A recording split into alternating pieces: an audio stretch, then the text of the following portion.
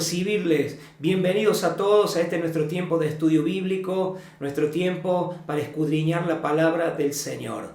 Hoy quiero comenzar a hablar del advenimiento, de la segunda venida de Cristo y del momento de la manifestación de su presencia. Comenzamos.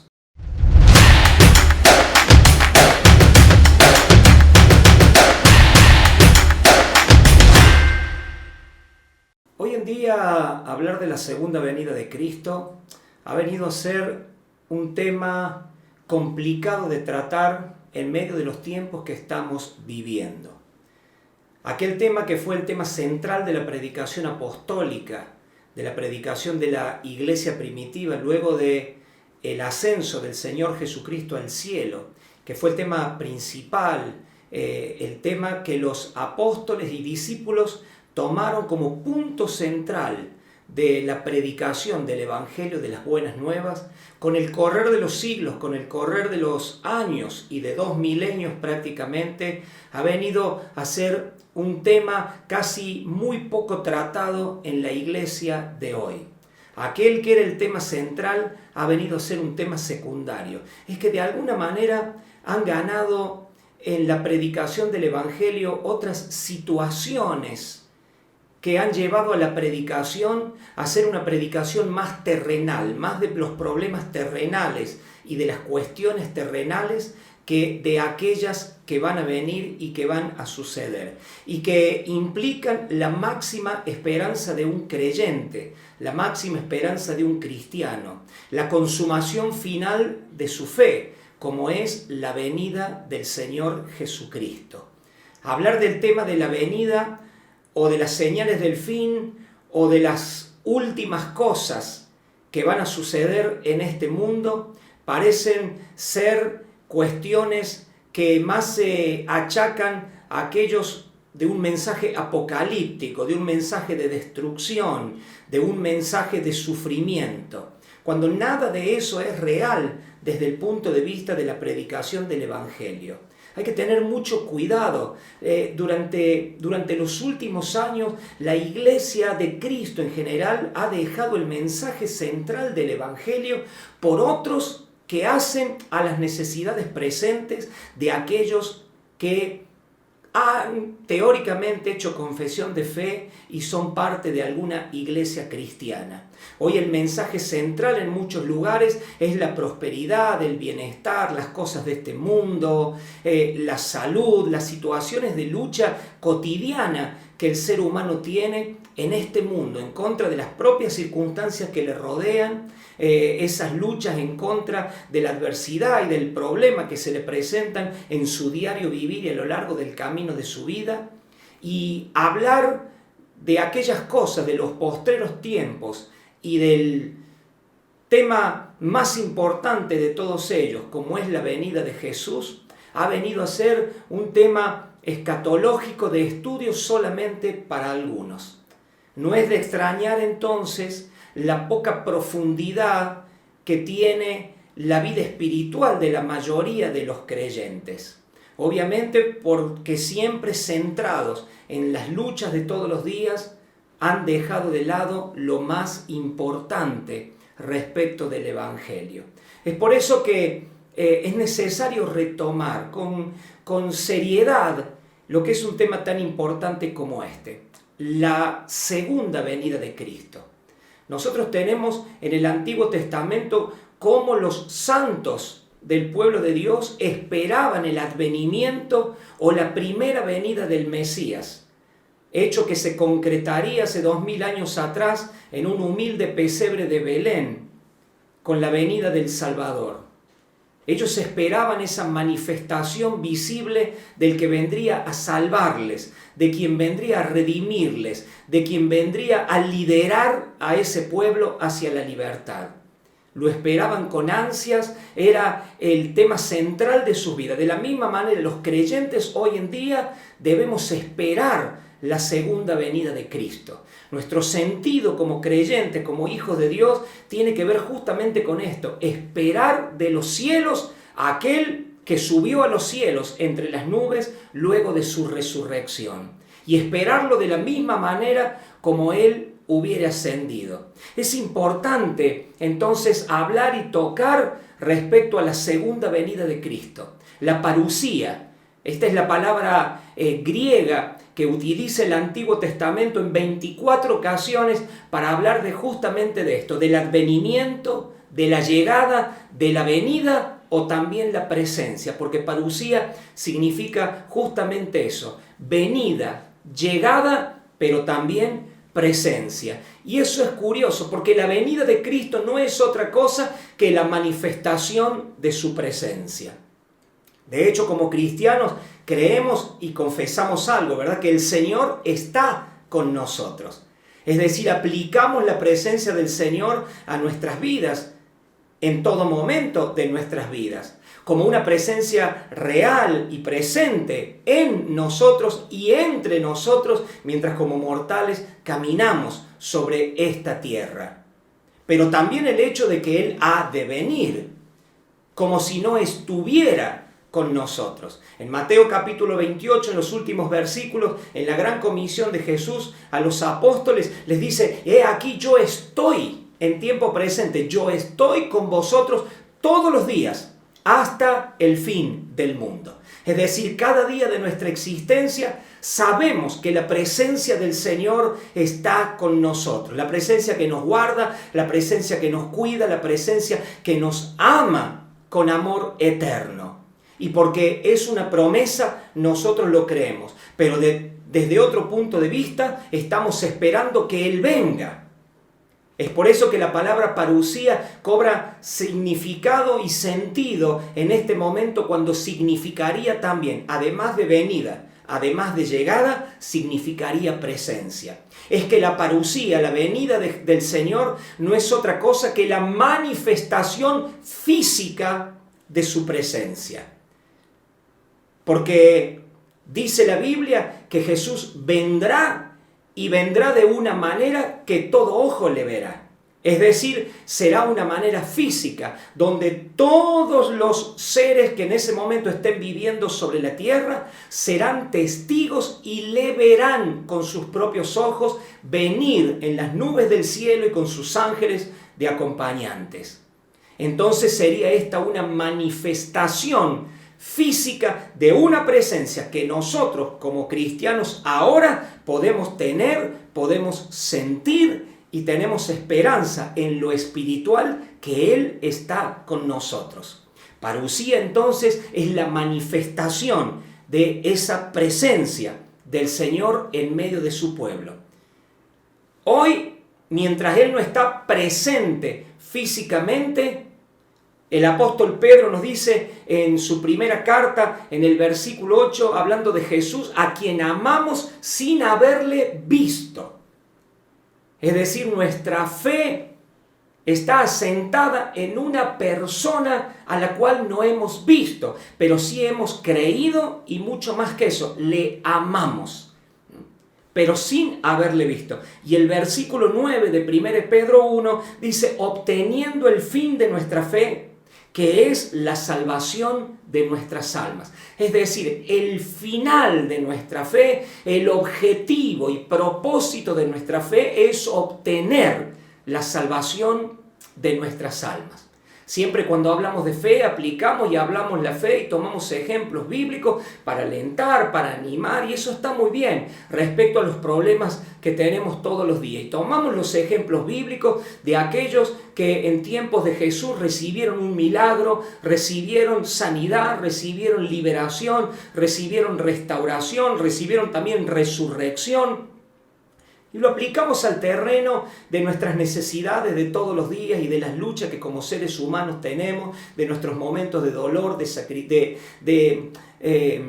circunstancia que a diario nos oprimen. Y nos alentamos con las palabras y con aquellos pasajes donde la Biblia nos relata cómo la mano del Señor, cómo un milagro del Señor trajo liberación a aquellos que estaban bajo presión. De hecho, el mismo Jesús declara, leyendo la escritura que se le había dado en esa sinagoga de Nazaret, en lo que para nosotros es el capítulo 61 de Isaías, diciendo: el Espíritu del Señor está sobre mí, por cuanto me ha enviado a sanar a los quebrantados de corazón, me ha enviado a traer libertad a los cautivos, me ha enviado a abrir cárceles a los presos, a declarar libertad a los oprimidos y a declarar el año de la buena voluntad del Señor.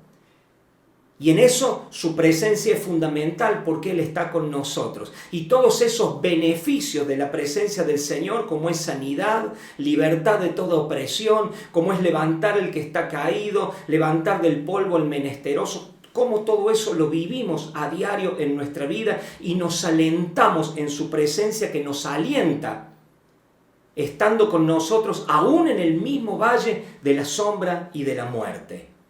Por eso el fin de nuestra fe, dice el apóstol Pedro, es la salvación de nuestras almas. Es el fin último, es el propósito verdadero de nuestra fe, la salvación de nuestras almas. Ahora, esa es una salvación que va a manifestarse. Hoy, como salvación espiritual, va a manifestarse cuando el Señor aparezca en su segunda venida. Él trae como recompensa la salvación a aquellos que han perseverado hasta el fin, a aquellos que han esperado hasta el fin, el día de su venida. Y lo han hecho con regocijo, lo han hecho con verdadera esperanza, lo han hecho con verdadera alegría. Yo quiero tocar 5 aspectos que el apóstol Pablo, en la específicamente carta a los filipenses o cartas a los filipenses, toca y que conecta la segunda venida de Cristo con 5 situaciones esenciales de nuestra vida. ¿Y por qué es tan importante la venida de Cristo para nosotros? Vamos a ver una por una cada una de ellas. En 1 Tesalonicenses capítulo 1, verso 10, dice el apóstol Pablo: y esperar de los cielos a su Hijo, al cual resucitó de los muertos, a Jesús, quien nos libra de la ira venidera. En este primer capítulo de esta primera carta, cada capítulo de esta carta termina con una alusión a la segunda venida de Cristo. Por eso es que la segunda venida de Cristo está tan conectada a nuestra vida como creyentes, está tan conectada a nuestra fe. Por eso decíamos recién que es el fin último de nuestra fe, la segunda venida de Cristo, porque nada más tendría sentido alguno si no fuera por ese evento que en algún momento tendrá que acontecer y que son nuestra esperanza y nuestra fortaleza mientras nosotros estamos aquí sobre la tierra. Alguien dijo alguna vez esta frase: un hombre no se ha convertido verdaderamente a menos que se regocije en esta doctrina de la segunda venida de Cristo y esta infunda poder en su vida. Yo estoy muy de acuerdo con esta expresión. La verdadera conversión no es tal si la doctrina de la segunda venida de Cristo no está como base y como fundamento de esa conversión espiritual de parte nuestra. Muchos se convierten teóricamente cuando les hablan acerca de sanidad, de los milagros que Jesús puede hacer en su vida, en relación a aquellos que ya ha hecho y que tenemos de sobra retratados en la Biblia, cómo Él puede restaurar, cómo Él puede levantar, cómo Él puede traer paz y bienestar en nuestra vida terrenal. Pero ese no es el fundamento de nuestra fe, porque gente que ya ha golpeado muchas puertas y no tiene otra opción, lógicamente no tiene nada que perder en darle una oportunidad a Jesús. Ahora, creer en uno de esos milagros, tener fe para aceptar y recibir la posibilidad de ese milagro en su vida, no es lo que nos lleva a la salvación.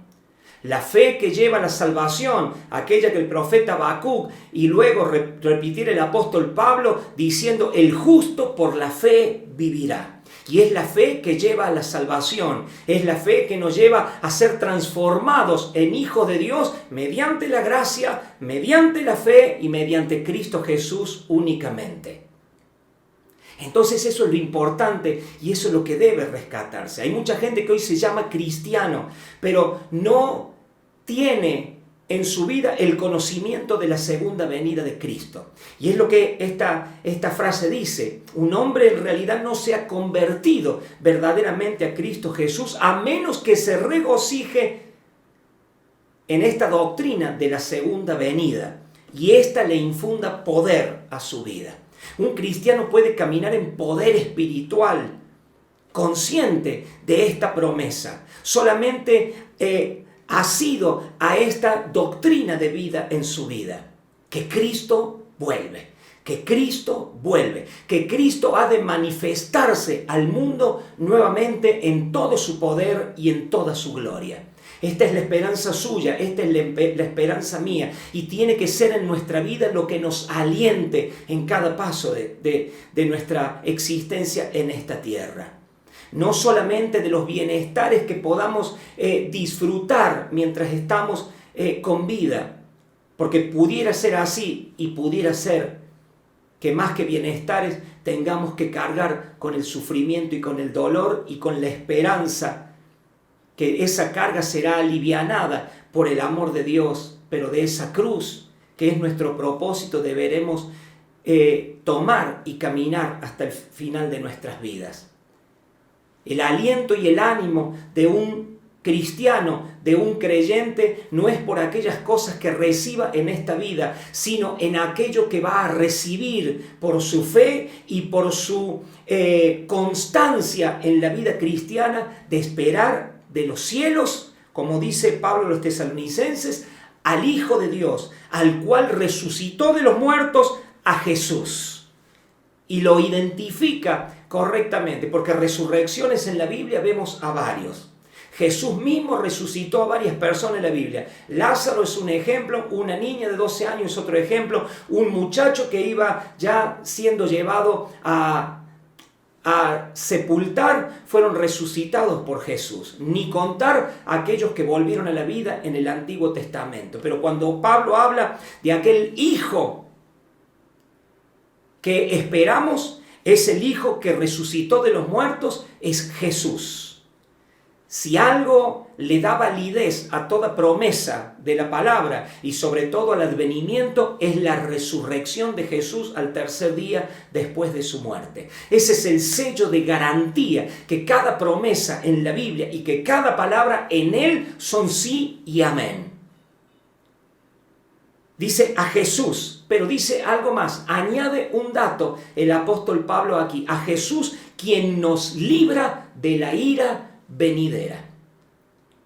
Y si bien algunos toman esta expresión, la ira venidera, como la situación que abarca el periodo de la gran tribulación, la manifestación de los juicios y de la ira de Dios, no se refiere Pablo aquí en la ira venidera a los juicios que habrá en la tierra anteriores a su venida, sino la ira venidera es la retribución del Dios Todopoderoso al pecado del hombre.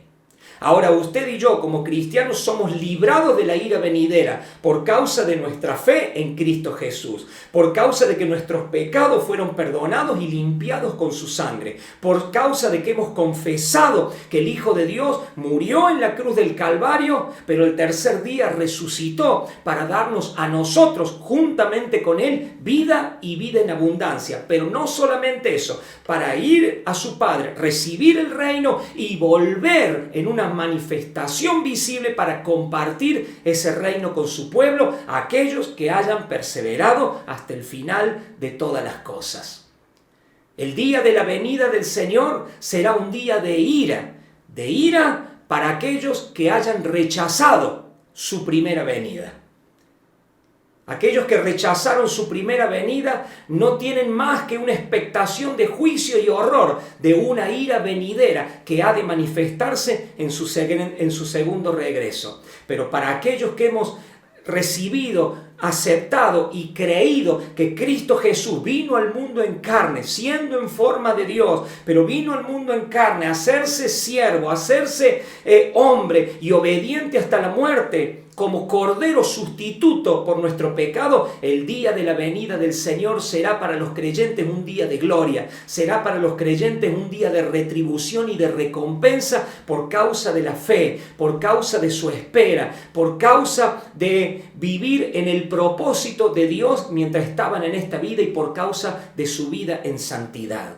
Y esa tiene que ser la mayor esperanza para un creyente, de seguir esperando esa manifestación y no solo esperarla, sino anhelarla con todo su corazón. La palabra esperar que Pablo usa aquí en este versículo, esperar de los cielos a su Hijo, es la palabra griega anameno. Es una palabra compuesta, ana, arriba, y meno, permanecer. Es decir, esperanza es permanecer arriba.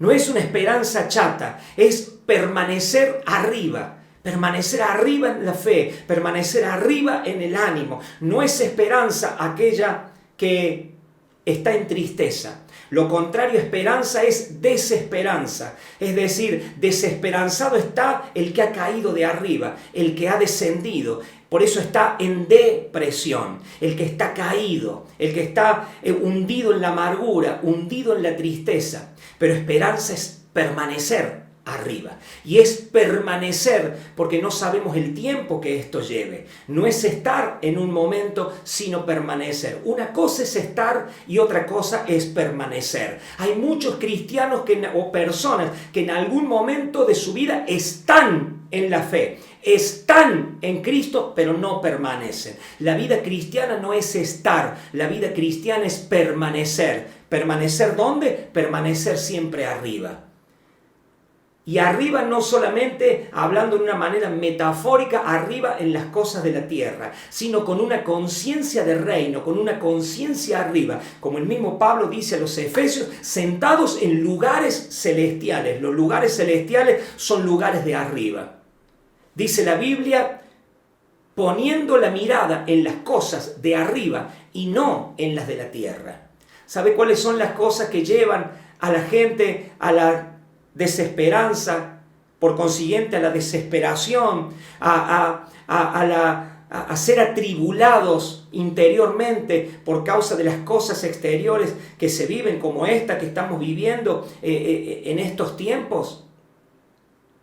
Justamente en no poner la mirada en las cosas de arriba, sino tenerlas en las de la tierra. Y las cosas de la tierra son cosas que no te ayudan en tu fe, no te ayudan en tu crecimiento y no te ayudan a permanecer arriba, sino que continuamente te están tironeando hacia abajo. Cuando una persona lo único que hace en su vida es poner la mirada en las cosas de abajo, no va a llevar mucho tiempo hasta que esta persona caiga en depresión, caiga en angustia, caiga en preocupación, en duda y por lo tanto en incredulidad hasta terminar apartándose de la fe. La fe verdadera tiene que ver con una mentalidad en las cosas de arriba, con una esperanza en las cosas de arriba. Y que esas cosas de arriba se van a manifestar aquí abajo en algún momento. Y lo más importante de todo eso es la llegada del Señor, es la segunda venida, es la manifestación física de su presencia. Y en eso nos alegramos. Ese tiene que ser el gozo supremo de nuestra vida que nos haga atravesar en victoria toda otra circunstancia y aflicción que en este mundo nos toque pasar. Por algo el apóstol Pablo dice, regocijaos en el Señor siempre, y luego repite, otra vez os digo, regocijaos. Es que una vida de fe es una vida de gozo en medio de la circunstancia. Y el gozo es una condición interior, es una condición del corazón, por la esperanza que esa persona tiene en aquello que ha de manifestarse en algún momento en esta tierra.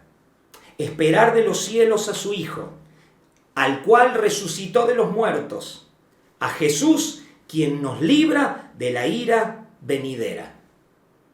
En su primera venida, Jesús vino a adquirir la salvación.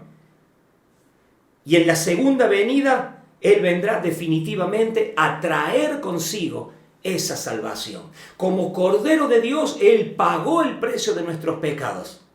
Él compró nuestra salvación y nos redimió con su sangre. Su segunda venida traerá juntamente con su manifestación la manifestación de esa salvación a todos los que en Él esperaron.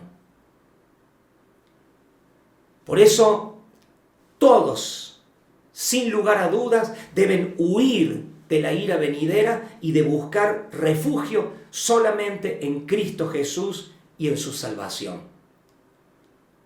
Por eso en este discipulado, conectados con su venida, lo que Pablo está conectando la venida de Cristo con la salvación del creyente. La salvación tiene sentido únicamente con la segunda venida de Cristo.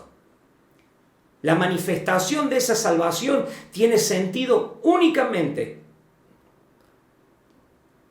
si Cristo viene.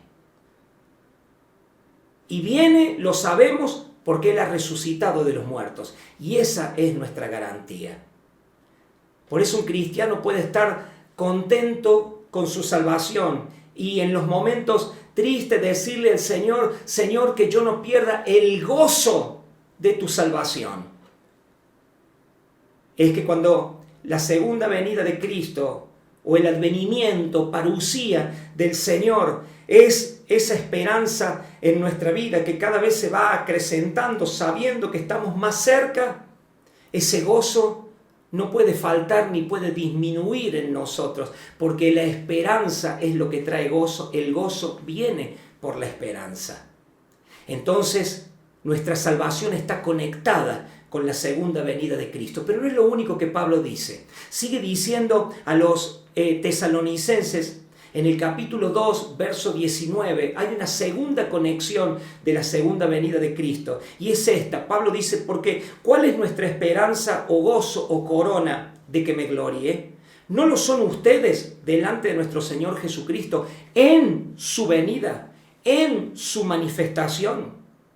Pablo le está hablando a los filipenses, aquellos que él ganó por la predicación del Evangelio.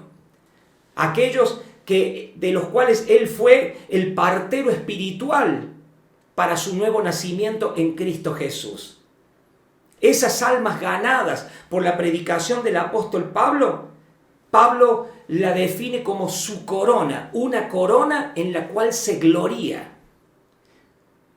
Porque si algo le iremos a presentar al Señor en su venida, serán aquellas almas que hemos ganado por nuestro ministerio de predicación del Evangelio. De hecho, fue lo que Él encargó a los discípulos antes de subir a los cielos. Vayan por todo el mundo y prediquen el Evangelio. El que creyere y fuere bautizado será salvo, mas el que no creyere será condenado. Las almas son nuestro fruto. Las almas ganadas por la predicación son nuestro fruto y nuestra corona en el Señor. Si alguna vez le rendiremos nuestra corona al Señor, será rendirle con gozo a aquellos que por su gracia Él nos permitió ganar por la predicación del Evangelio. Y Pablo dice, ¿cuál es mi esperanza? ¿Y cuál es la esperanza que tenemos cada uno de nosotros? O gozo, esperanza o gozo. Porque aquí parece que esperanza trae gozo y el gozo trae esperanza. ¿Cuál es nuestra esperanza o gozo, tesalonicenses? ¿Acaso no son ustedes mismos? ¿Acaso no son ustedes creyentes? La corona en la cual me glorío. ¿Acaso no son ustedes quienes he ganado por el Evangelio? Quienes he engendrado en el Evangelio. Mi corona en la cual me gloríe.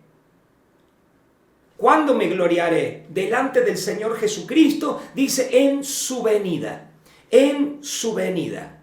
Esta corona de gloria que habla el apóstol Pablo, porque se cree que el apóstol Pablo escribe a los filipenses desde Corinto. Corinto era una ciudad donde se realizaban muchos juegos en tiempos del Imperio Romano, lógicamente, juegos atléticos y deportivos que el ganador se hacía acreedor de una corona tejida de laureles.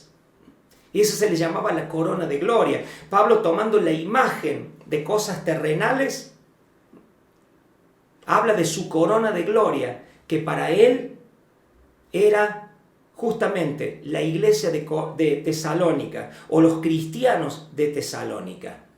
Era la manera en que se premiaba a los vencedores, en que se recompensaba a aquellos que vencieron. De la misma manera, aquellos que venzamos seremos recompensados.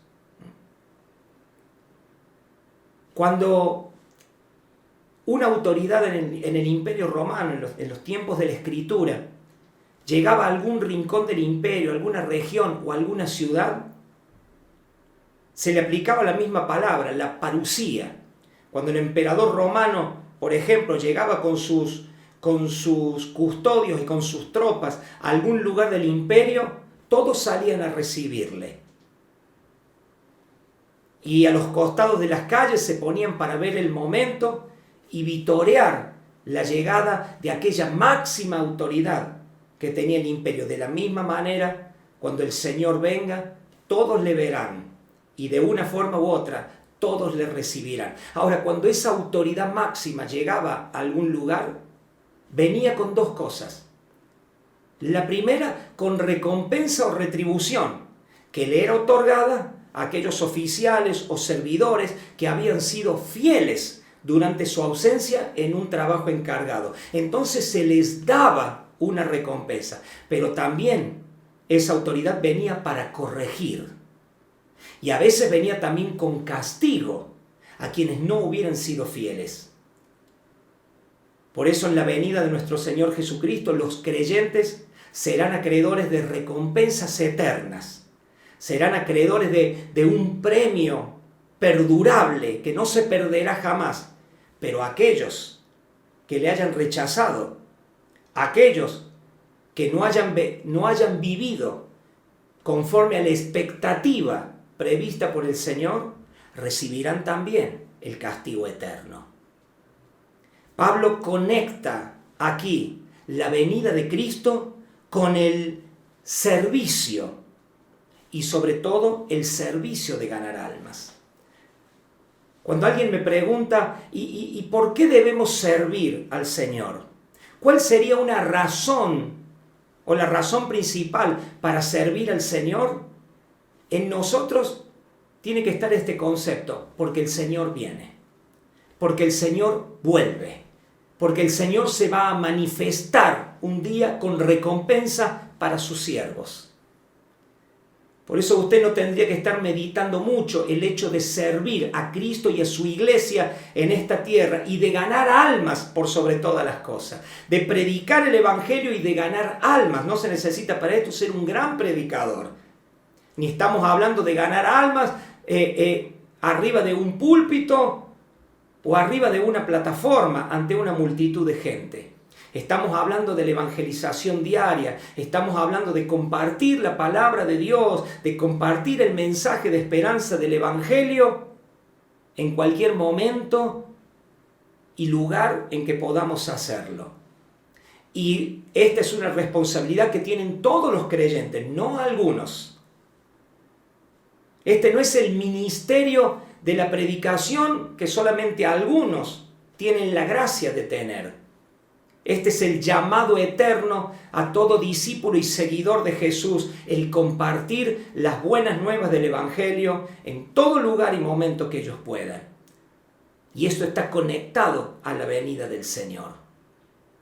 Ustedes son la corona de que me gloríe. Hay muchas formas en servir al Señor y uno puede ejercer muchas de esas formas de servicio, pero hay una que es para todos igual. Y es ganar almas por medio de la predicación del Evangelio. ¿Por qué Pablo pudo ministrar fielmente y con amor, en este caso, a los tesalonicenses? Porque Pablo veía a los tesalonicenses a la luz de la venida de Cristo. Esa es la forma del verdadero servicio, cuando todo lo que hacemos para Dios lo vemos a la luz del día glorioso en que el Señor va a regresar a la tierra. Esa tiene que ser nuestra motivación. Eso nos tiene que impulsar en nuestra vida. Es nuestro gozo eterno. A todo lo que hacemos en espera de ese maravilloso día, de la manifestación de su presencia. No esperando la recompensa de hombres, como dice en otro lugar de la Biblia, sino esperando la recompensa que Él traerá junto con Él en la manifestación de su segunda venida. Por eso Jesús mismo dijo, he aquí vengo pronto y mi galardón conmigo. Es decir, el galardón, la recompensa, el premio de esa perseverancia, de esa espera y de ese servicio vienen con Él. Sería necio esperar esa recompensa ahora, o esperarla de los hombres que me rodean, o esperarla del mismo pueblo de Dios. Es mucha más dulce y más gloriosa esa recompensa que se va a manifestar juntamente con Él. Cuando uno tiene esto en mente, ningún servicio es una carga, ningún servicio es pesado, ningún servicio es un fastidio, todo servicio es gozo. En la vida de ese servidor, en la vida de ese discípulo, porque lo hace a la luz de la venida del Señor. En Hebreos capítulo 12, verso 2, hablando de Jesús, dice la Biblia que Jesús, por el gozo puesto delante de Él, menospreció el sufrimiento que tendría que soportar en manos de gentiles, de pecadores y finalmente en la cruz. ¿Cuál era el gozo puesto delante de Jesús, por el cual Él se gozó? Y con esto tuvo la fuerza, la fortaleza para soportar la humillación y el oprobio. Este gozo de Jesús no era otro que presentarle a su Padre una iglesia sin mancha y sin arruga. Es tener la visión correcta mientras caminamos nuestra vida, lo que nos va a fortalecer hasta el final y el día de la manifestación de esa recompensa. Dice Judas en su carta, en el verso número 24, y aquel que es poderoso para guardaros sin caída y presentaros sin mancha delante de su gloria con gran alegría. Ahí tenemos cuál era el gozo de Jesús, que fue puesto antes de la cruz y lo cual le fortaleció. Guardar sin caída al pueblo del Señor y presentar la iglesia sin mancha y sin arruga delante de su Padre, con gran alegría. Wow, esto es tremendo. Y si nosotros nos conectamos correctamente con la venida del Señor, nuestra vida espiritual no puede ser la misma. ¿Por qué tantos viven débiles en la fe? Débiles en cuanto a su caminar en la vida cristiana. Y muchos de ellos llevados de un lado a otro, como el viento lleva a los manojos sin raíz, que van y vienen por el camino. Sus vidas siempre en debilidad, no tienen fortaleza, siempre en desgano, siempre manifestando situaciones en las que no tienen victoria. Es que debemos repreguntarnos en dónde está verdaderamente nuestra esperanza. Si solamente nuestra esperanza radica en un milagro que yo necesito manifestarse más o menos en forma urgente en mi vida, si eso no sucede, entonces esa persona cae y en lugar de estar arriba termina estando abajo. Por eso el mismo apóstol Pablo pudo sufrir en su propio cuerpo todo tipo de sufrimiento, lo cual en otro lugar él detalla más puntualmente. Pero todos esos sufrimientos jamás le llevaron a perder el gozo en su vida, ni el poder espiritual, porque la esperanza de Pablo estaba en la venida del Señor y no en las cosas que el Señor pudiera hacer en esta tierra en favor de Él, entre tanto que Él viniera. Por eso cuando Pablo habla y ora y relata su oración y su clamor delante de Dios respecto a su aguijón en la carne, él dice: yo 3 veces le he pedido al Señor que quite este aguijón, este dolor de mi cuerpo, de mi vida. A lo que el Señor le respondió, según sus palabras: bástate mi gracia, porque mi poder se perfecciona en la debilidad. Es que no solamente tenemos que caminar en la vida sin retroceder ni bajar los brazos, no solamente apretando los dientes y poniéndole ganas y poniéndole fuerza a nuestro andar en la vida cristiana, sino que tenemos que hacerlo con gozo. No sirve de nada si no lo hacemos con gozo, si no lo hacemos con alegría, y un gozo que se manifieste aún en los momentos más difíciles de nuestra vida y en las horas en que nos toque sufrir. Entonces Pablo conecta el servicio, como dijimos, y sobre todo el ganar almas, con la segunda venida del Señor. Pero hay una tercera cosa. Ahora en el capítulo número 3 de 1 Tesalonicenses, verso 12 y verso 13, dice Pablo lo siguiente: y el Señor os haga crecer y abundar en amor unos para con otros, y para con todos, como también lo hacemos nosotros para con vosotros, para que sean afirmados vuestros corazones, irreprensibles en santidad delante de nuestro Dios y Padre, en la venida de nuestro Señor Jesucristo con todos sus santos. Aquí la palabra santidad es la palabra griega agiosune, y agiosune es el proceso, la cualidad y la condición de una actitud santa en la conducta personal. Santidad tiene que ver con una conducta personal según agiosune. La conducta de aquel que también está separado para Dios, separado del mundo para los propósitos de Dios.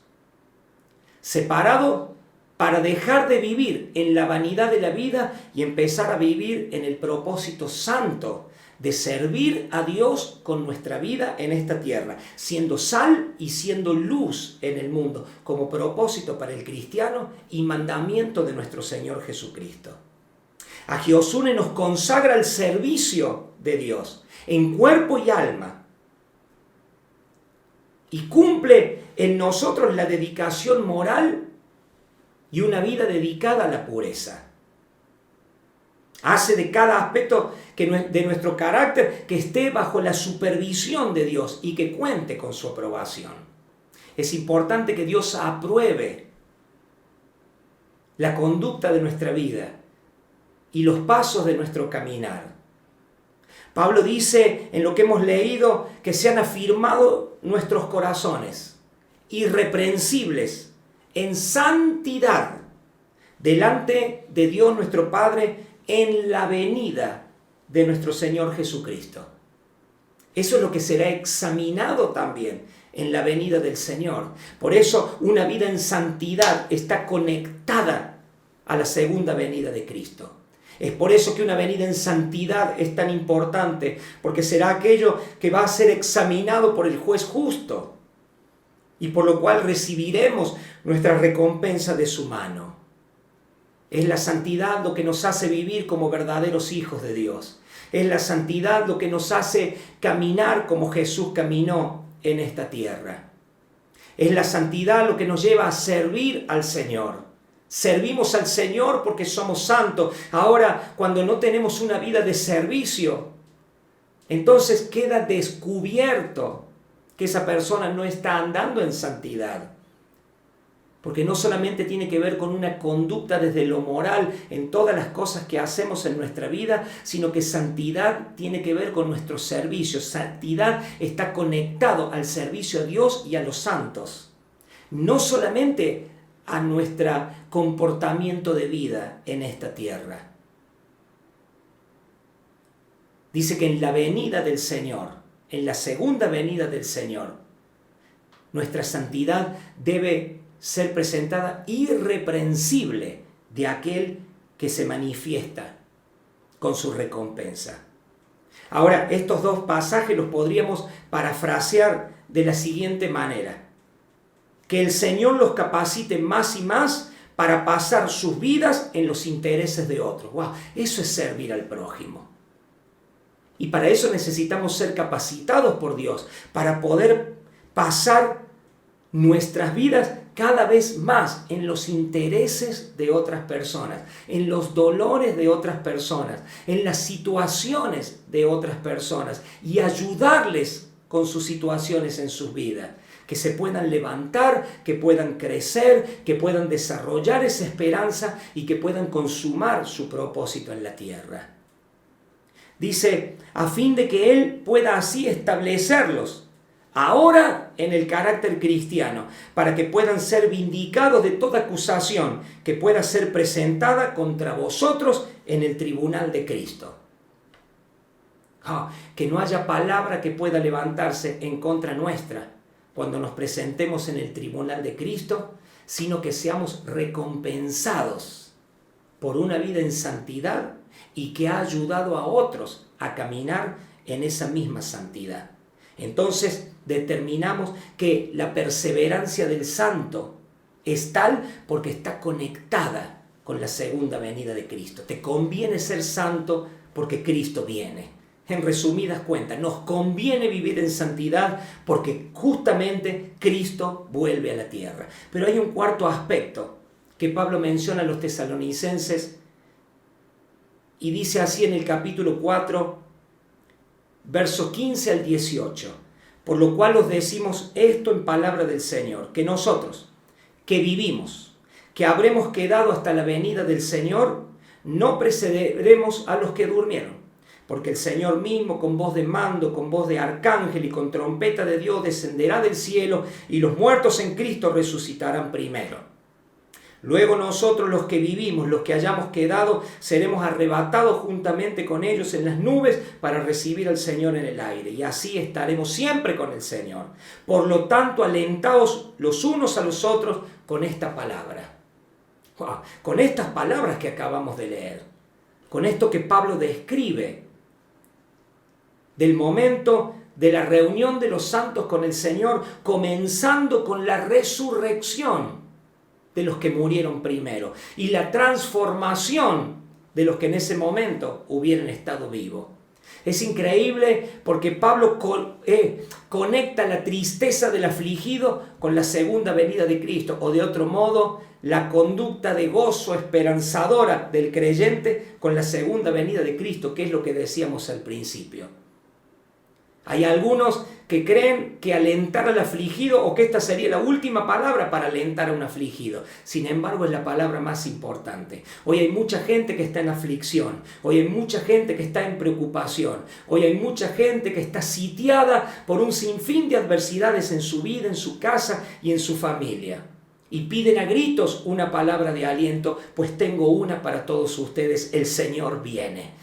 Y en la venida del Señor seremos transformados y estaremos siempre con el Señor. Esta vida no es todo lo que a nosotros nos ocurre. En esta vida podemos tener gozo porque el Señor viene. El gozo del Señor es nuestra fortaleza en esperar ese advenimiento, en esperar la manifestación de su presencia, donde Él viene en sus manos con la recompensa para los que en Él esperaron. Es la palabra que nos tiene que alentar. Decirte que todo problema pasará, pero claro que todo problema pasará. Si la Biblia dice que incluso el cielo y la tierra pasarán, pero la palabra de Él permanece para siempre. Por eso no hay palabra que dé más aliento que aquel que sabe, que cree y que confiesa la esperanza de que Jesucristo viene.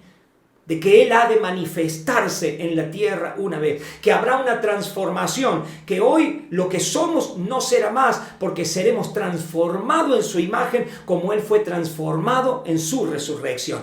Esto tiene que ser el gozo y la esperanza de tu vida y lo que te lleve a caminar en esa alegría y en esa paz y felicidad en esta tierra, más allá de todos los problemas que estés enfrentando. Pablo conecta el gozo o la tristeza del afligido con la segunda venida del Señor.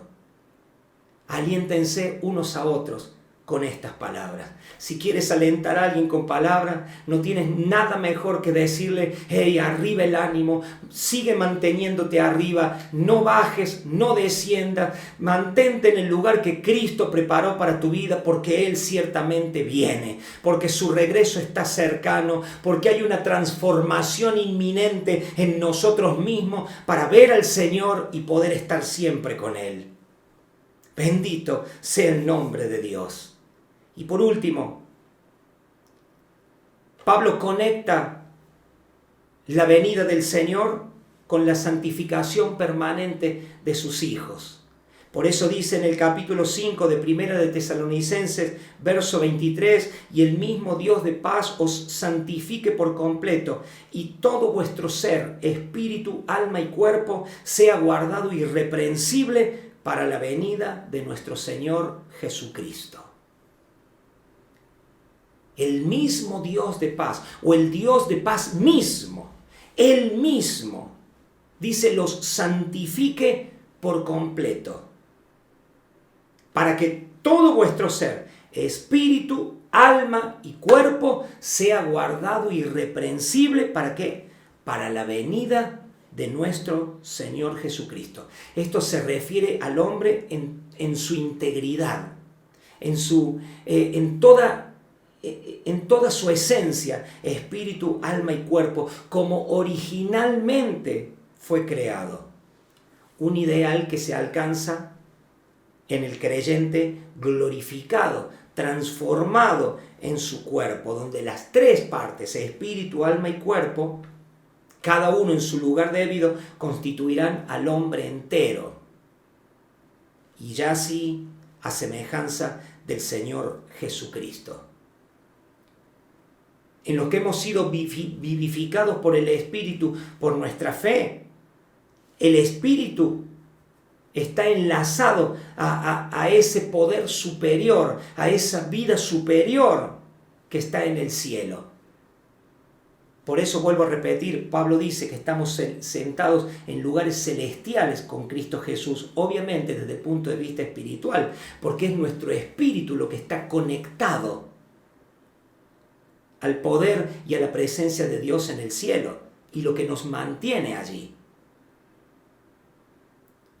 Pero en esta parte, nuestra alma y nuestro cuerpo tienen también que ser santificados y se tienen que enlazar con ese poder superior, mediante el Espíritu Santo que nos fue dado para esperar su venida.